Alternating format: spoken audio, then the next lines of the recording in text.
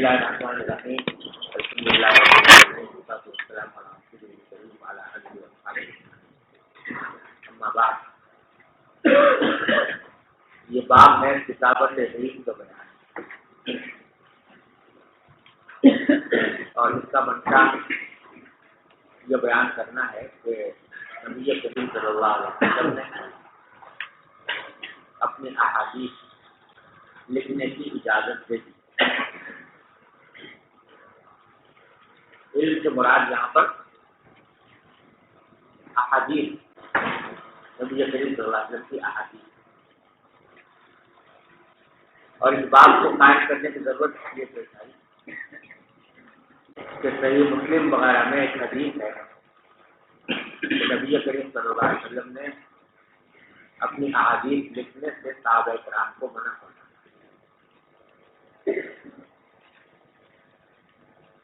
الفاظ مبنی ہے کہ لا تكتبوا عني غير القرآن ومن كتب فليكتب او كما قال. قرآن کریم کا سوا مجھ سے کوئی چیز لکھو نہیں اور اگر کسی نے لکھ لی ہو تو اس کو بتا دیں.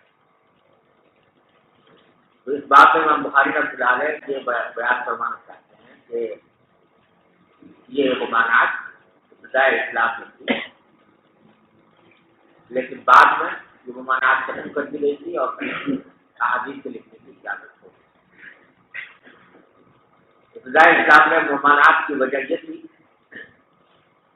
کہ قرآن کریم نازل ہو رہا تھا اور جیسا کہ آپ جانتے ہیں کہ اس زمانے میں کاغذ اس میں سہولت سے میسر ہوتا تھا. کبھی ہڈیوں پر، کبھی چمڑے پر، کبھی کھجور کے چھلکوں پر وہ لکھا جاتا. تو اگر حدیث بھی لکھی جاتی اور صحابہ کرام ابھی تک قرآن کریم کے اسلوب سے مانوس پوری طرح نہیں ہوئے تھے تو اندیشہ تھا کہ کہیں احادیث جو ہے وہ قرآن کریم کے ساتھ ملتبس نہ ہو. اس وجہ سے ممانعات کی. لیکن جب اس بات کا اطمینان ہو گیا کہ صحابہ کرام قرآن کریم کے اسلوب سے مانوس ہو گئے ہیں اور احادیث کے قرآن میں خلط ہونے کا کوئی اندیشہ باقی نہیں رہا تو آپ نے اس کی اجازت دی. یہ ثابت کرنے کے لیے امام بخاری نے اس بات میں کئی حدیثیں روایت کرتی ہیں. پہلی حدیث ابو جحیفہ رضی اللہ تعالیٰ عنہ کی ہے. یہ حضور اکرم صلی اللہ علیہ وسلم کے زمانے میں بچے تھے اور حضرت علی رضی اللہ تعالیٰ عنہ کے عہد خلافت کا واقعہ بیان کر رہے ہیں کہ قلت لعلی رضی اللہ تعالیٰ عنہ، میں نے حضرت علی سے کہا کہ هل عندکم کتاب.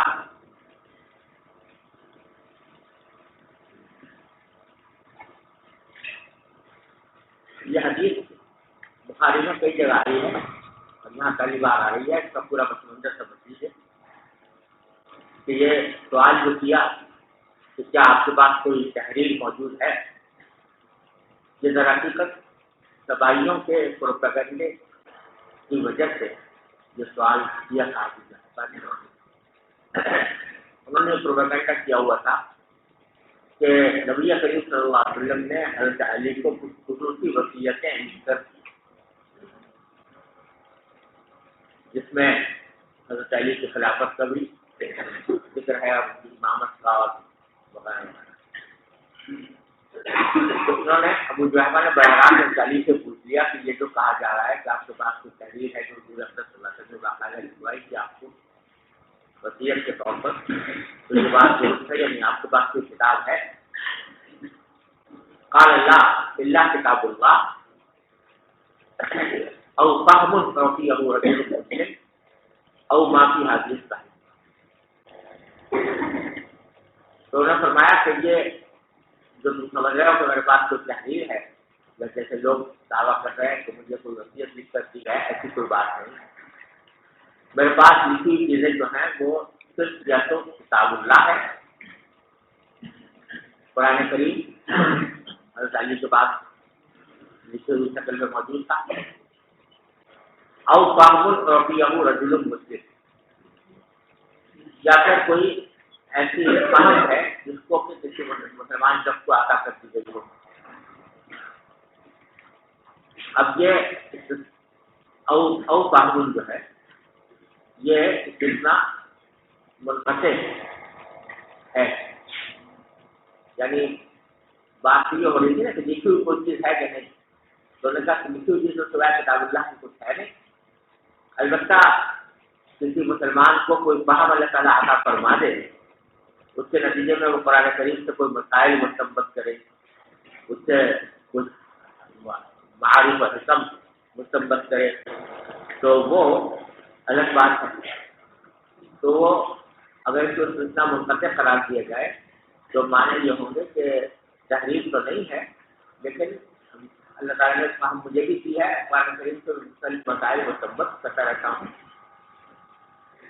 اور اگر اس کو اتنا متصل قرار دیا جائے تو یہ بھی ممکن ہے کہ حضرت علی رضی اللہ تعالیٰ عنہ نے قرآن کریم سے مستنبط کر کے کچھ احکام، کچھ معارف جو ہے وہ لکھ بھی لیا، تو پھر یہ لکھی ہوئی شکل پر بھی ہو سکتے ہیں. یہ فہم کے ذریعے جو باتیں سمجھ میں آئی وہ لکھ بھی لی. اور ما فی حدیث صحیح، یا پھر وہ باتیں جو اس صحیفے میں کریں.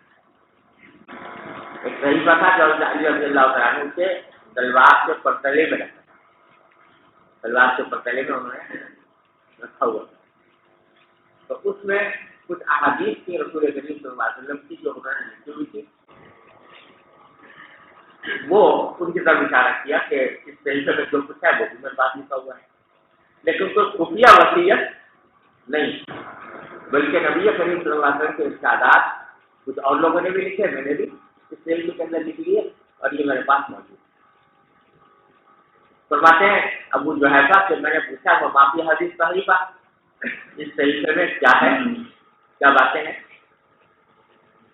تو آپ نے فرمایا کہ العقل، کہ ایک تو اس میں دیت کیا تھا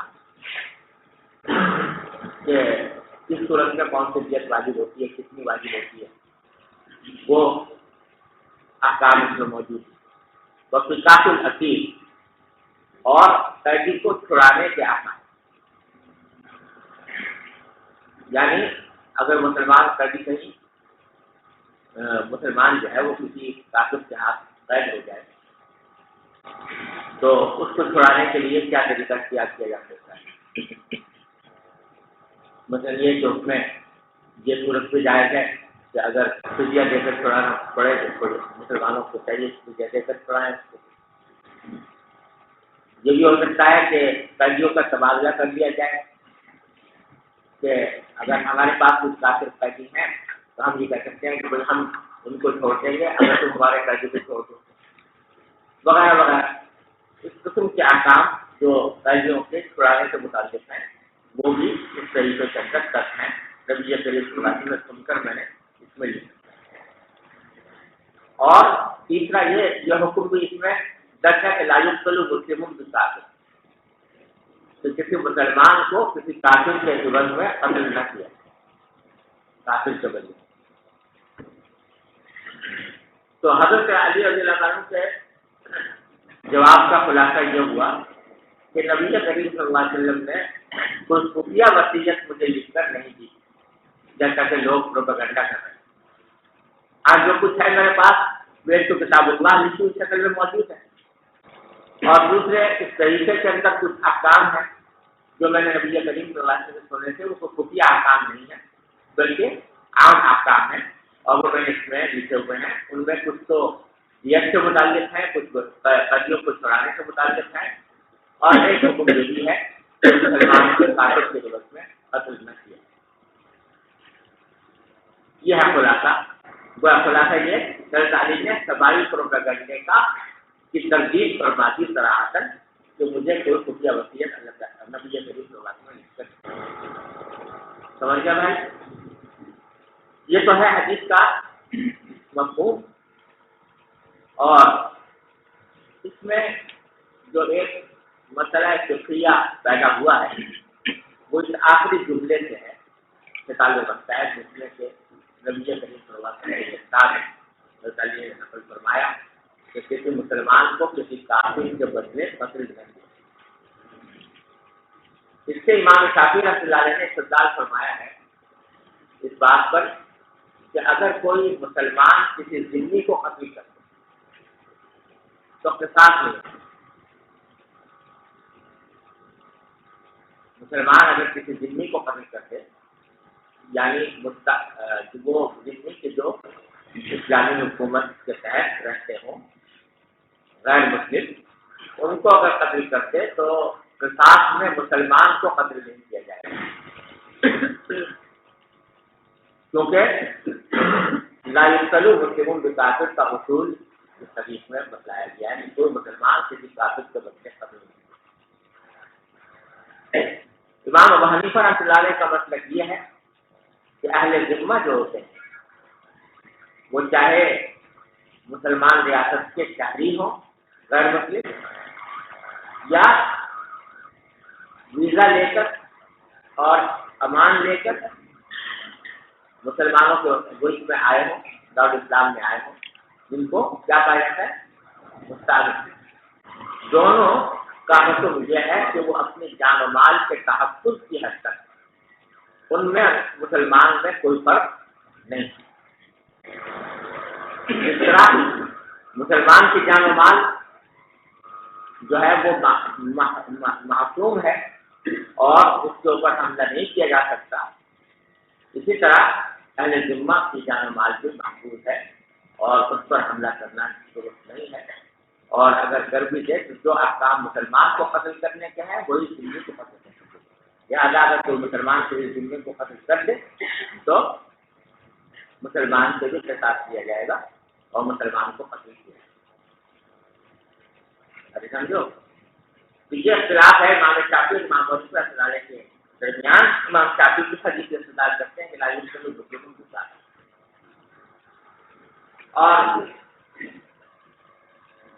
امام ابو حنیفہ رحمۃ اللہ علیہ کا استدلال جو ہے قرآن کریم کی آیت سے ہے کہ كتبنا علیہم فیہا ان النفس بالنفس، وہاں پر اللہ تبارک و تعالیٰ نے بالکل مطلق فرمایا ہے کہ ہر ایک جان دوسرے جان کے بدلے میں قتل کی جائے، اس میں مسلمان غیر مسلم کی تفصیل اس سے معلوم ہوا کہ اگر کوئی ذمہ کو بھی قتل کر دے گا تو اس کے بدلے میں مسلمان کو قتل کیا جائے۔ من قتل نفسا بغیر نفس او فساد فی الارض فکانما قتل نفسا، تو بغیر نفس کا ترجمہ یہی بات ہے کہ ایک جان دوسرے جان کی ضرورت میں قتل کی جائے۔ اور بہت سی احادیث ہیں جس میں نبی کریم صلی اللہ علیہ وسلم نے اہل ذمہ سے بڑی حکم قرار دیے جو مسلمانوں سے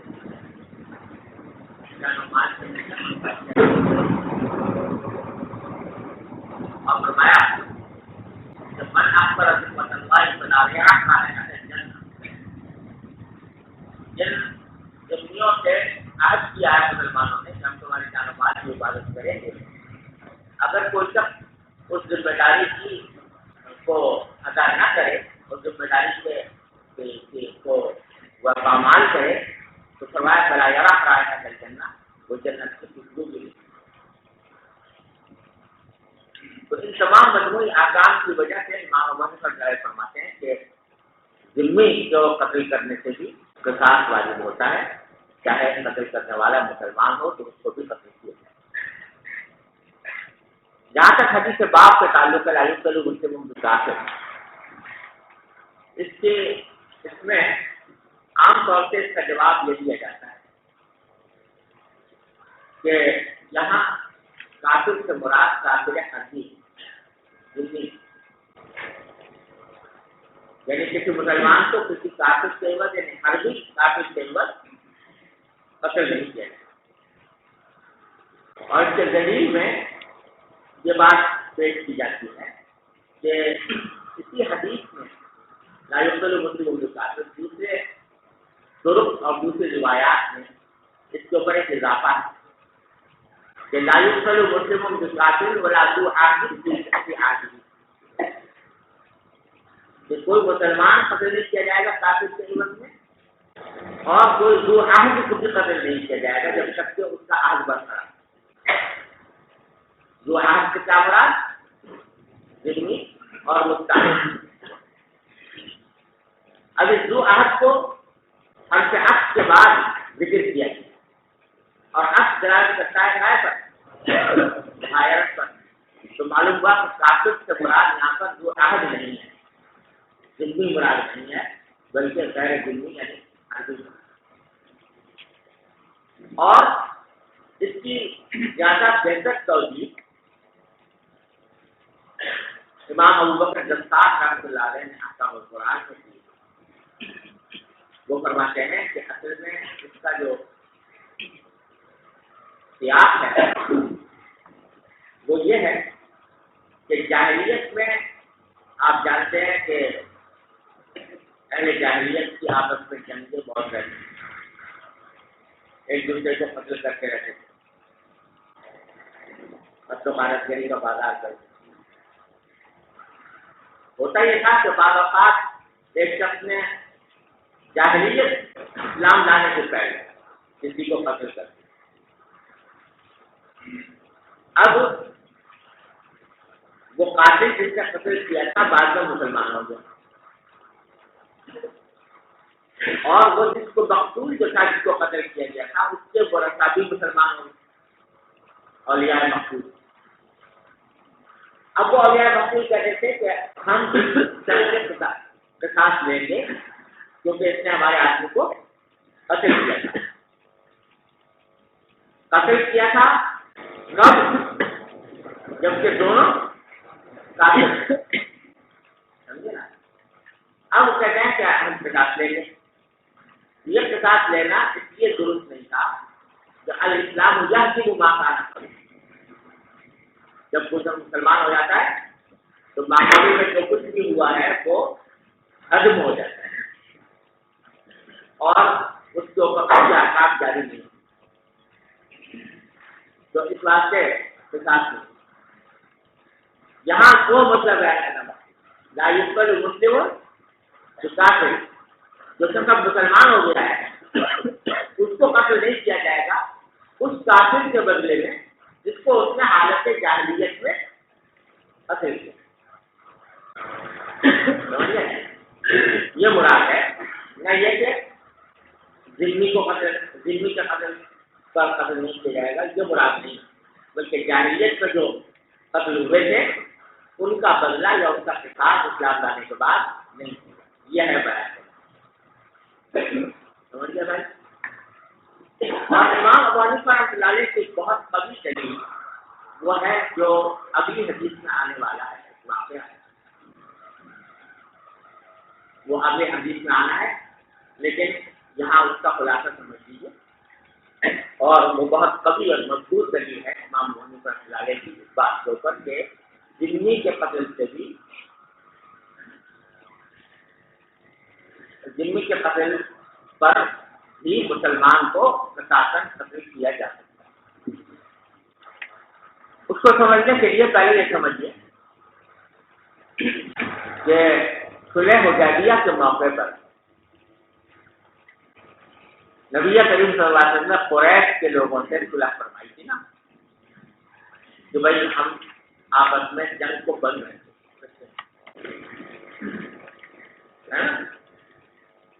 جس وقت یہ صلح ہو رہی تھی تو قریش کے علاوہ جو دوسرے قبیلے تھے ان کو اختیار دیا گیا تھا کہ اگر وہ چاہیں تو وہ بھی اس صلح کے معاہدے میں شامل ہو۔ تو ہوا یہ تھا کہ دو قبیلے تھے، ایک خزاعہ کا قبیلہ اور ایک بنو لیث کا، دونوں خزاعہ اور بنو لیث، دونوں غیر مسلم تھے، لیکن انہوں نے ان میں سے بنو خزاعہ نے یہ کیا کہ نبی کریم صلی اللہ علیہ وسلم کے ساتھ معاہدہ کر دیا، یعنی نبی کریم صلی اللہ علیہ وسلم کے حلیف بنے، یہ نام ہے غیر مسلم مگر حلیف بن گئے نبی کریم صلی اللہ علیہ وسلم، اور بنو لیث جو تھے وہ حلیف بن گئے قریش۔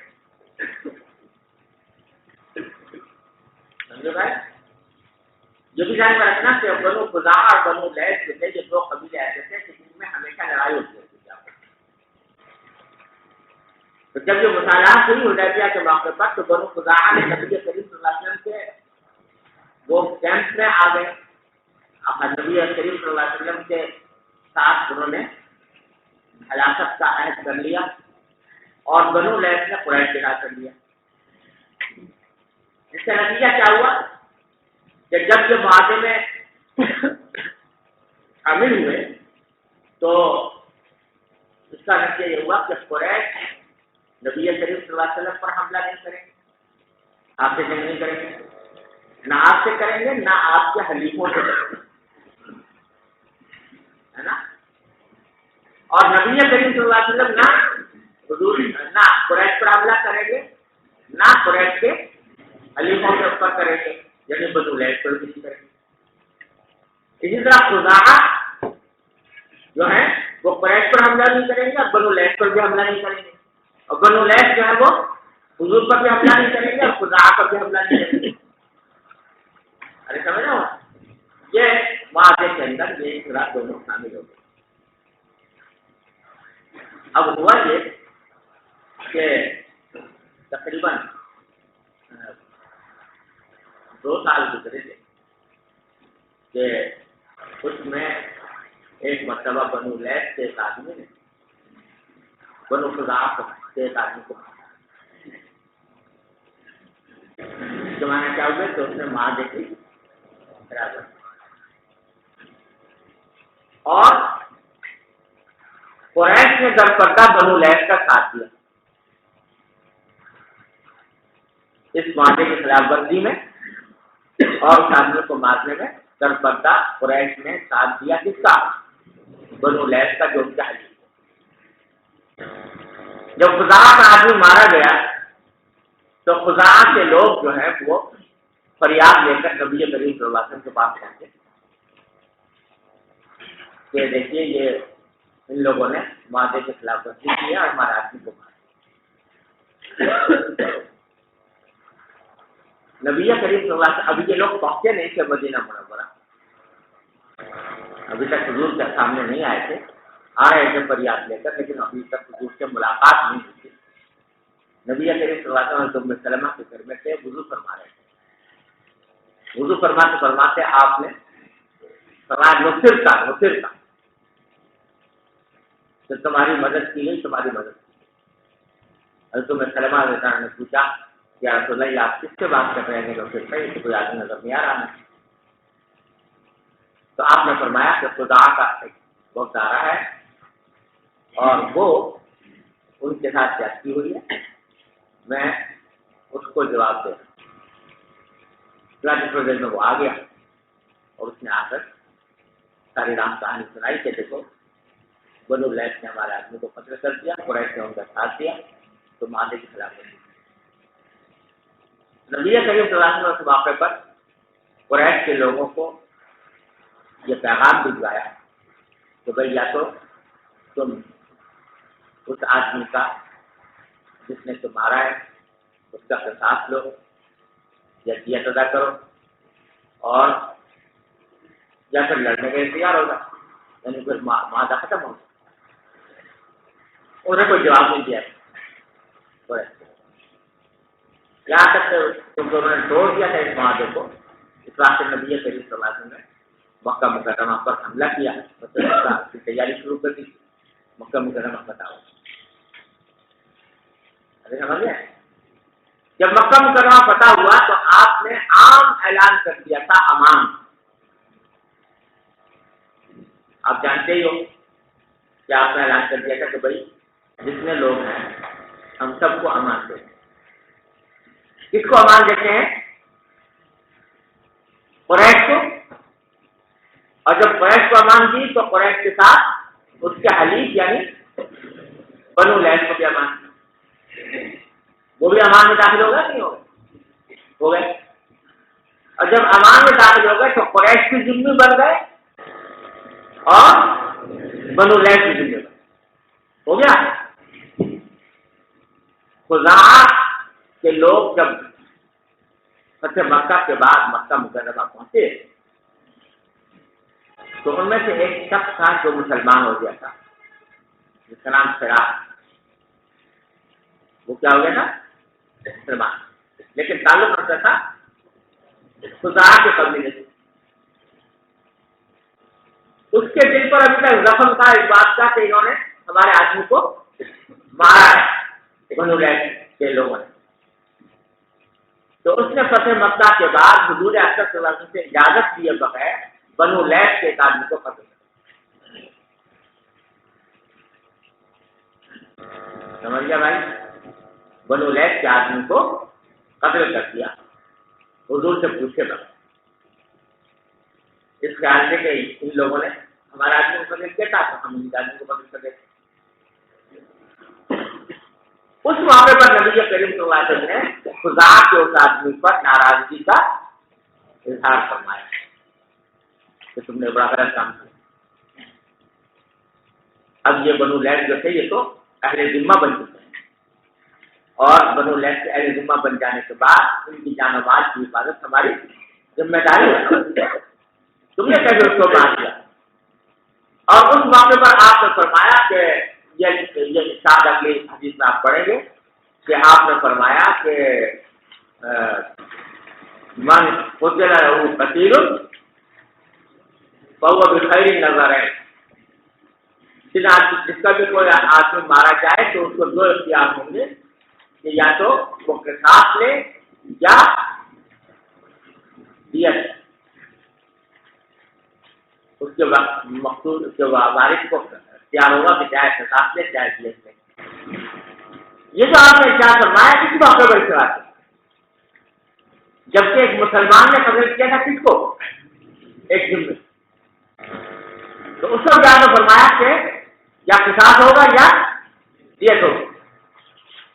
ظاہر ہے جس موقع پر آپ کے بعد ارشاد فرما رہے ہیں وہ موقع تو خاص طور پر داخل ہے اس میں، جبھی تو آپ نے فرمایا، ورنہ تو اگر مسلمان ذمہ کو قتل کرنے کے بعد خود قتل سے محفوظ تھا تو آپ اس موقع پر یہ نہ فرماتے کہ بھائی جو بھی قتل کرے گا وہ یا قصاص اس کو قتل کیا جائے گا یا اولیاء مقتول سے دیت ملے گا۔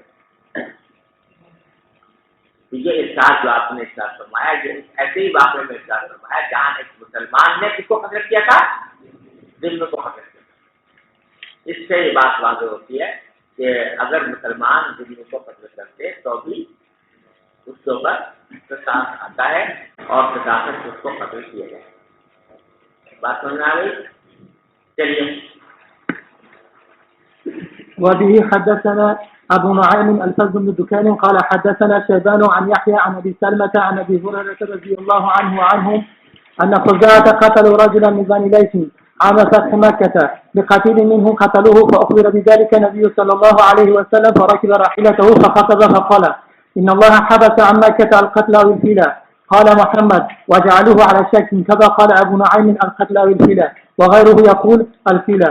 وسلط عليهم رسول الله والمؤمنون ألا وإنها لن تحل لأحد قبلي ولا تحل لأحد بعدي، ألا وإنها حل ساعة من النهار، ألا وإنها ساعة هذه حرام لا يقتل شوكها ولا يعذب شجرها ولا تلتقط ساقطتها إلا لمنشد كما قتل فهو بخير النظرين، إما أن يقل وإما أن يقاتل أهل القتيل. فجاء رجل من أهل اليمن فقال اكتبوا لي يا رسول الله، فقال اكتبوا لي أبي فلان.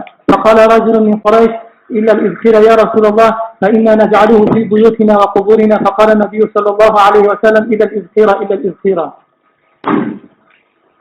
یہ وہی واقعہ ہے ابو ہریرہ رضی اللہ عنہ روایت فرما رہے ہیں ان خزاعہ قتلوا رجلا من بني ليث عام فتح مکہ، بنو خزاعہ نے قتل کر دیا تھا بنو لیث کے ایک آدمی کو فتح مکہ کے سال۔ کیوں قتل کیا تھا؟ کہ قتیل منہم قتلوہ، اس وجہ سے کہ ان خزاعہ کے آدمیوں میں ایک مقتول تھا جن کو کہ بنو لیث نے قتل کیا تھا پہلے، تو اس کے بدلے میں بنو خزاعہ نے بنو لیث کے آدمی کو قتل کر دیا۔ اور جیسا میں نے ابھی یہ تفصیل آپ کو بتائی تو اس میں قتل کرنے والا کون تھا؟ مسلمان تھا، اور جس کو قتل کیا گیا وہ ذمہ تھا۔ تو اخبر بذلک النبی صلی اللہ علیہ وسلم، آپ کو اس کی اطلاع دی گئی کہ ایسا ہوا ہے۔ فرقب راحلتہ، آپ اپنے اونٹنے پر سوار ہوئے، فخطب، خطبہ دیا، فقال، اور اس نے فرمایا کہ ان اللہ حبس عن مکہ القتل او قال الفیل، اللہ تبارک و تعالی نے مکہ مکرمہ سے روک دیا ہے قتل سے۔ راوی کو شک ہے کہ قتل فرمایا تھا یا فیل فرمایا تھا۔ اگر پڑھا جائے قتل تو معنی یہ ہوں گے کہ اللہ تعالیٰ نے مکہ مکرمہ سے قتل کو روک دیا ہے، یعنی مکہ مکرمہ کے اندر قتل و قتال کو حرام قرار دیا ہے۔ اور اگر فیل پڑھیں گے تو ان اللہ حبس عن مکہ الفیل، تو اللہ تعالیٰ نے مکہ مکرمہ سے اصحاب الفیل کو تو روک دیا تھا، وہ حملہ کرنا چاہ رہے تھے مگر اللہ تبارک و تعالیٰ نے ان کے حملے کو ناکام بنا دیا اور حملہ وہ کر نہیں پائے۔ قال محمد وجعلوه على الشك، محمد ابن سیرین فرماتے ہیں کہ اس کو شک پر ہی رکھو، یعنی کہ امام بخاری ہے، امام بخاری بڑھانا محمد کہ امام بخاری کہتے ہیں کہ اس کو شک پر ہی رکھو، مطلب یہ کہ یقین کے ساتھ نہیں کہا جا سکتا کہ آپ کا قتل کہا تھا یا فیل کو کہا تھا۔ اللہ شک کی قضا قال ابو نعیم القتل، جب ابو نعیم نے اسی طرح کہا تھا، ابو نعیم جو استاد ہیں امام بخاری کے، انہوں کو کہتے ہیں کہ ابو نعیم نے اسی طرح کہا تھا کہ القتل او الفیل، وغیرہ یقول الفیل۔ اور ابو نعیم فضل بن دکین کے علاوہ جو دوسرے راوی ہیں وہ شک نہیں رکھتے، بلکہ وہ کہتے ہیں ان اللہ حبس عن مکہ الفیل۔ تو حضور نے فرمایا کہ اللہ تعالیٰ نے اصحاب الفیل کو تو روک دیا تھا مکہ مکرمہ سے، لیکن وسلط علیہ رسول اللہ والمؤمنون، لیکن اللہ کے رسول کو غلبہ دیا اللہ تبارک و تعالیٰ نے اہل مکہ اور مومنون کو بھی دیا، مومنین کو دیا۔ تو اصحاب الفیل کو تو روک دیا تھا، لیکن اللہ کے رسول کو اور ان کے ساتھ جو مومنین تھے ان کو غلبہ کا فرمایا، ان کو مکہ مکرمہ پر حملہ کرنے کی اجازت دی۔ لیکن الا وانها لم تحل لاحد قبلی ولا تحل لاحد بعد، خوب سن لو کہ مکہ جو ہے نہ مجھ سے پہلے کسی کے لیے حلال نہیں ہوا اور میرے بعد بھی کسی کے لیے حلال نہیں ہوا۔ الا وانها حلت فی ساعۃ من نہار، خوب سن لو کہ یہ مکہ میرے لیے دن کی ایک ساعت میں حلال ہوا تھا۔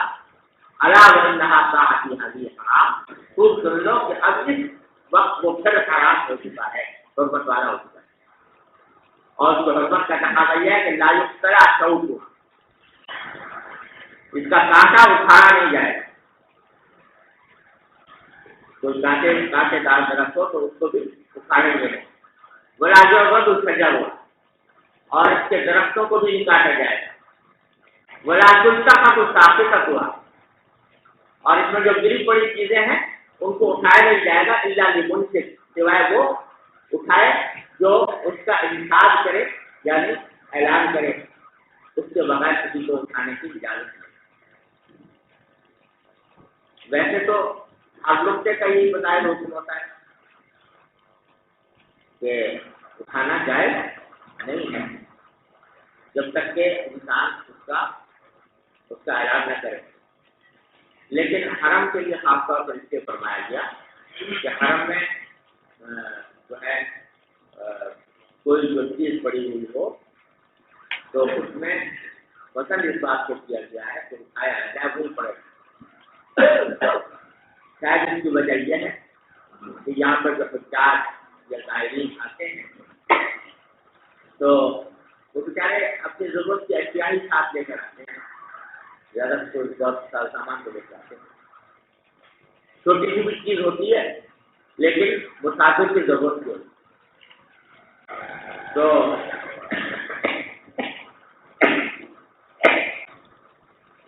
بہتر ہے کہ اس کو وہیں پڑے رہنے دیا جائے، کیونکہ عام طور سے جب انسان سے کوئی چیز گم ہوتی ہے تو آدمی انہیں جگہوں پر تلاش کرتا ہے جہاں وہ گیا ہے، تو وہاں اس کو پڑی ہوئی مل جائے۔ اگر تم نے اٹھا لیا تو چاہے اعلان بھی کرو لیکن تم تو یہاں اعلان کر رہا وہ ہے مینا، تم مینا میں اعلان کر رہا وہ یہاں ہے، تو جو ایک دوسرے کے ساتھ ملاقات میں دشواری پیدا ہو سکتی ہے، یہاں بہتر یہ ہے اس کو پڑھا ہے۔ ہاں کسی کو اگر یقین ہو کہ میں اس کو پہنچا دوں گا مالک تک تو پھر بھی بتا لے جو مرادیں لگی ہمارا خود ہی اب آپ نے فرمایا کہ چونکہ یہ حرمت اس کی مکہ مکرمہ کی پہلے بھی تھی اب دوبارہ عوض کرائی ہے، تو اب کوئی شخص اگر قتل کیا جائے گا تو وہ بھی خرید نہ کرے،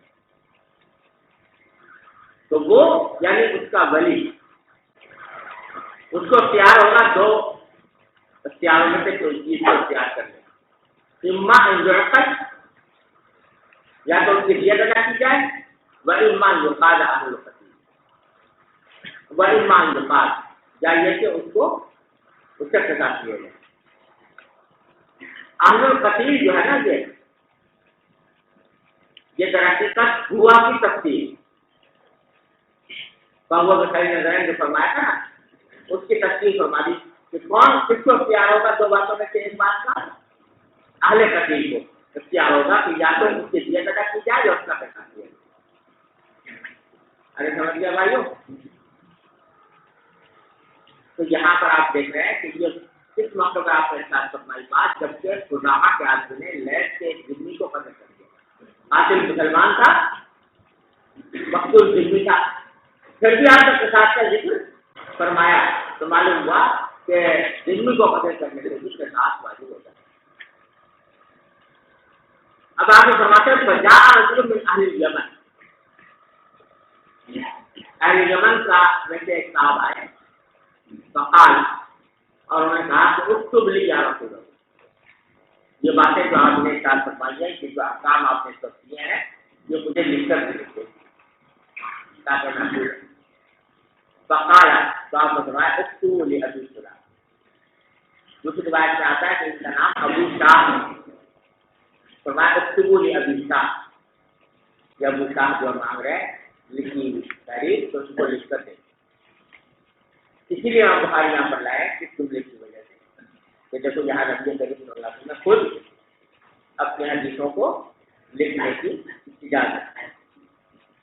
فقال رجل من قریش من الادخر یا رسول اللہ، قریش میں سے ایک شخص نے کہا، اور دوسری روایت میں آتا ہے کہ حضرت عباس رضی اللہ تعالیٰ عنہ انہوں نے کہا کہ آپ نے فرمایا تھا نا کہ اس کی حرم کی کوئی بھی خضرا گھاس جو ہے وہ کھاڑی نہ جائے، کھانا جائز نہیں ہے، تو آپ استثناء کر دیجیے اذکر کا،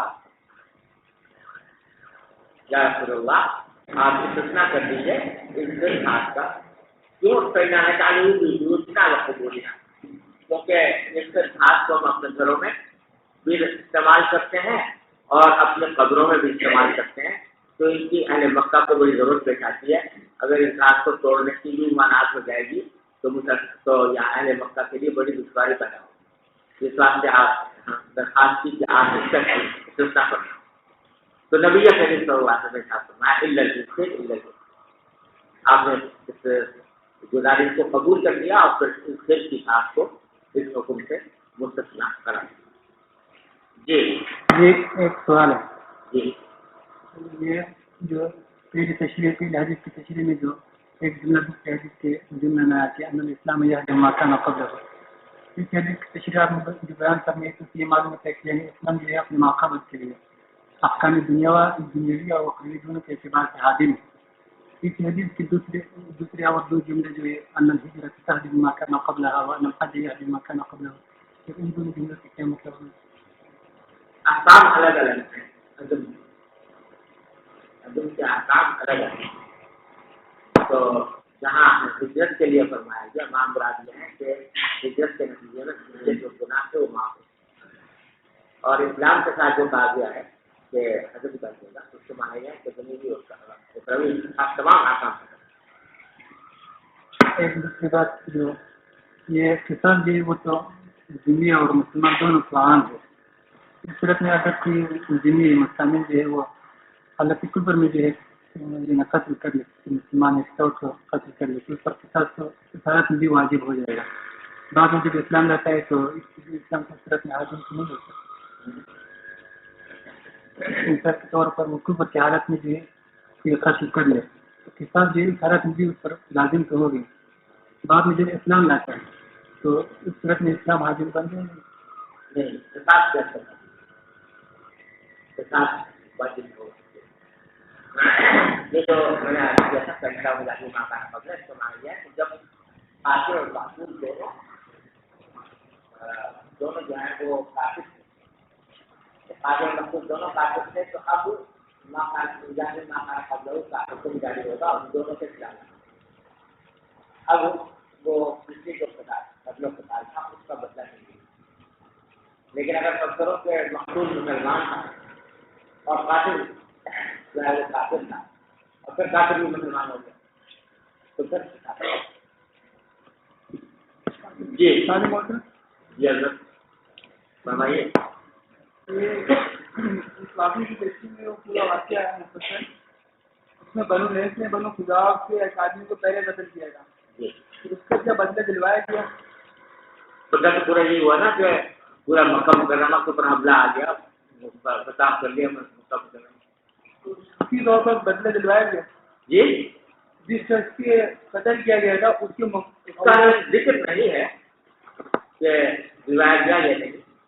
وہ تو خود لے لیا انہوں نے کتاب نا. لیکن اصل بات یہ ہے کہ وہ جہاں تک اسلامی احکام کا تعلق ہے وہ اس پر جاری ہوتے ہی نہیں کیونکہ دونوں قاتل ہیں. اس لیے اسلامی احکام کے لحاظ سے قصاص کا حکم جاری نہیں. البتہ ان کے قتل کرنے سے یہ ہوا تھا کہ جو معاہدہ ہے اس کی خلاف ورزی ہو. اس معاہدے کی خلاف ورزی ہونے کے نتیجے میں اس خلاف کا معاہدہ ختم ہو گیا اور ختم ہو کر آپ نے مکہ مکرمہ پر حملہ کر کے اسے قتل کر یہ عہدہ شجر ہوا. سوال یہ ہے کہ یہ اس کے اندر یہ ہے کہ وہ احکام جو بدن سے متعلق ہیں اس کی تو شرح ملتی ہے مطلب یہاں سے. لیکن جو احکام یعنی اموال سے متعلق ہے تو اس سے تو یہ معلوم ہوگا کہ مطلب اس کی مطلب کیا دلیل ہوگی کہ ان کے احکام جو ہیں وہ مناسب نہیں ہے. بات کر رہے ہیں کیا؟ نہیں وہ احکام جو مال سے متعلق ہے ہاں وہ باقی ہے وہ باقی رہیں گے. جی یہ جو لائیو اور شجر ہوا صفائی وغیرہ کے لیے بھی نہیں کاٹا جا سکتے گھاس وغیرہ نہیں. وبه قال حدثنا يحيى بن علي وبه قال حدثنا علي بن عبد الله قال حدثنا سفيان قال حدثنا عمرو قال اخبرني وهب بن منبه عن اخيه قال سمعت ابا هريره رضي الله عنه وعنهم يقول ما من اصحاب النبي صلى الله عليه وسلم احد اكثر حديثا عنه مني الا ما كان من عبد الله بن عمرو فانه كان يكتب ولا اكتب. تابعه معمر عن همام عن ابي هريره. حضرت بعض بن منبه اپنے بھائی یعنی حمام بن منبه سے روایت کرتے ہیں کہ میں نے ابو ہریرہ کو فرماتے ہوئے سنا. حضرت ابو ہریرہ کہہ رہے تھے کہ ما من اصحاب النبی صلی اللہ علیہ وسلم احد اکثر حدیثا عنکم. نبی کریم صلی اللہ علیہ وسلم کے صحابہ میں کوئی بھی ایسا شخص نہیں ہے جو زیادہ حدیثیں روایت کرنے والا ہو نبی کریم صلی اللہ علیہ وسلم سے میرے مقابلے. یعنی میں سب سے زیادہ حدیثیں میرے پاس ہیں نبی کریم صلی اللہ علیہ وسلم کی اور کسی صحابی کے پاس اتنی حدیثیں نہیں ہیں. الا ما كان من عبد الله بن عمرو. ہاں البتہ عبداللہ بن عمرو کے پاس ہو تو وہ زیادہ ہو سکتی ہیں. کوئی نوکا ہے یکتب ولا اکتب کیونکہ عبداللہ بن عمرو جو ہیں وہ لکھا کرتے تھے اور میں نہیں لکھتا تھا. تو کیونکہ وہ حدیثیں لکھنے کا باقاعدہ اہتمام کرتے تھے تو ان کے پاس حدیثیں زیادہ ہو سکتی ہیں لیکن میرے اور ان کے کسی کے پاس مجھ سے زیادہ حدیثیں نہیں.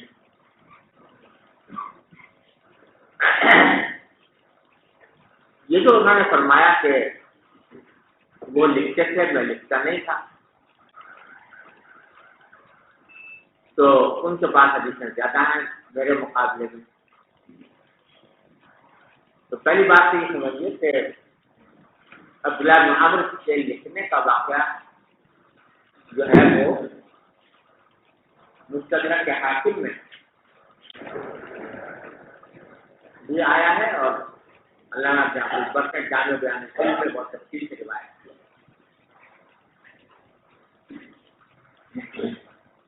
واقعہ یہ بیان کیا ہے عبداللہ بن عمرو نے خود بیان کیا کہ میں نبی کریم صلی اللہ علیہ وسلم کی خدمت میں حاضر ہوا اور میں نے عرض کیا کہ یا رسول اللہ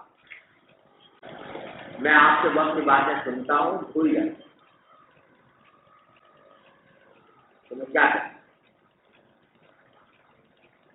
تو آپ نے سنایا اکتب لکھو لکھ لیا تو آپ یاد ہے.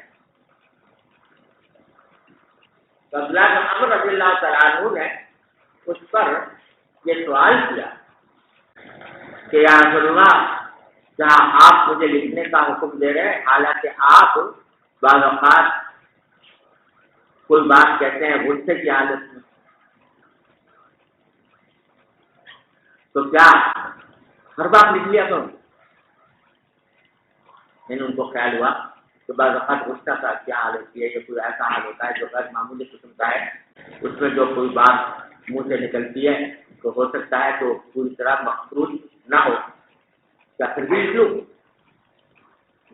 تو حضرت نبی کریم صلی اللہ علیہ وسلم نے فرمایا کہ اکتب فوالذی بنفسی بیدی لا یخرج منہ الا حق. لکھو اور اس منہ سے حق کے سوا کوئی بات نہیں ہے چاہے غصے کیا ہو چاہے کیسے کیا. اس کی تاکید سے آپ نے بات اس لیے وہ لکھا کرتے تھے اور ایک پورا صحیفہ انہوں نے تیار کیا تھا جس کو صحیفہ صادقہ کہتے ہیں. عبداللہ بن عمرو کیونکہ ریلیشن کرنے ان کے ایڈیشن جو ہے مجھ سے زیادہ ہے. اب تصور آیا کہ اس قول پر دو اشکال بات ہوتے. ایک اشکال میں یہ وارد ہوتا ہے جو ان کے حساب سے معلوم ہوتا ہے کہ عبداللہ بن عمرو کے پاس حدیثیں زیادہ تھیں بنسبت ابو ہریرہ رضی اللہ تعالیٰ عنہ. لیکن جب ہم روایات حدیث کی چھانبین کرتے ہیں تو نظر آتا ہے کہ ابو ہریرہ کی مرویات زیادہ ہیں عبداللہ بن عمرو کے مقابلے میں. تو کیا وجہ ہے کہ وہ کہہ رہے ہیں کہ عبداللہ بن عمرو کے پاس زیادہ ہے لیکن حقیقت میں اب بھی ان کی بات ساتھ زیادہ نہیں. تو اس کا جواب بعض لوگوں نے تو یہ دیا ہے کہ اس وقت جو وسیلے ہمارے پاس موجود ہیں عبداللہ بن عمرو کی روایت سے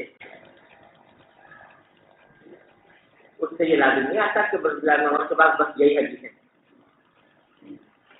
ہو سکتا ہے ان کے پاس اور بھی بہت ساری حدیثیں ہوں جو بعد میں لوگوں نے روایت نہیں کی.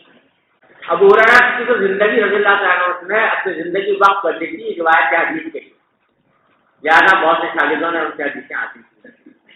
عبداللہ بن عمرو رضی اللہ عنہ کا وہ معاملہ نہیں تھا. ہو سکتا ہے حدیثیں ان کے پاس زیادہ ہوں لیکن روایت انہوں نے اس سے زیادہ نہیں کی. اس واسطے ان کی جو موجودہ مرویات ہیں وہ کم رہ گئی ابو ہریرہ کی پر رضی اللہ تعالیٰ. ایک جواب عام طور سے یہ دیا. لیکن میرے خیال میں اس تکلف کی ضرورت ہے اس لیے کہ جو تعبیر ابو ہریرہ نے اختیار کی ہے الا ما کان من عبداللہ بن عمرو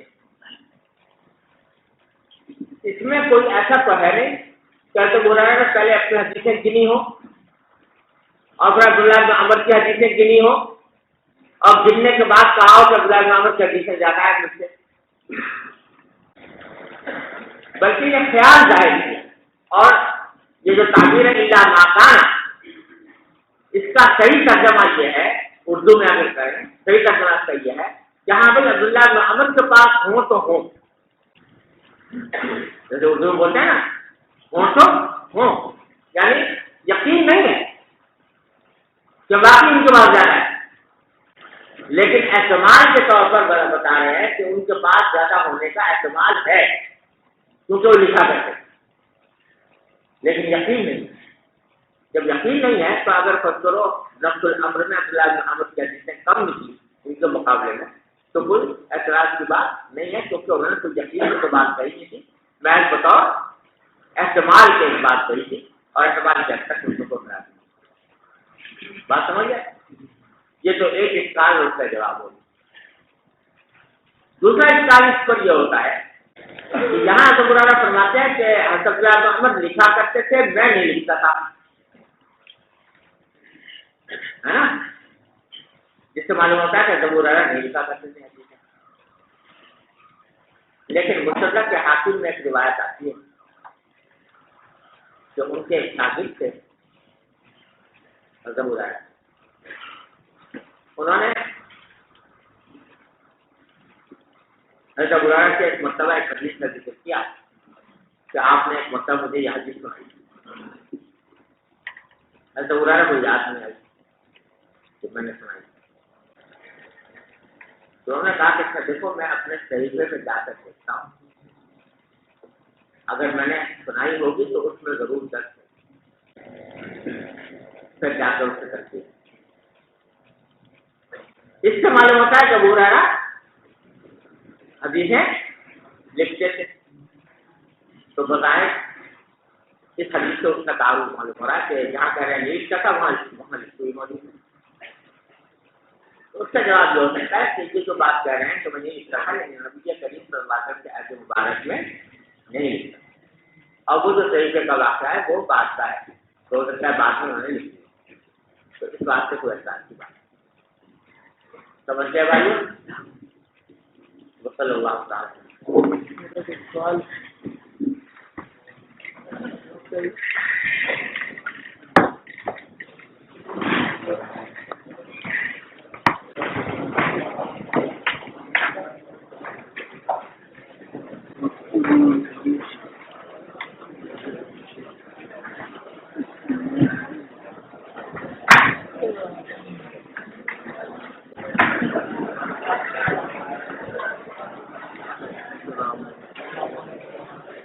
بھائی بات سنو،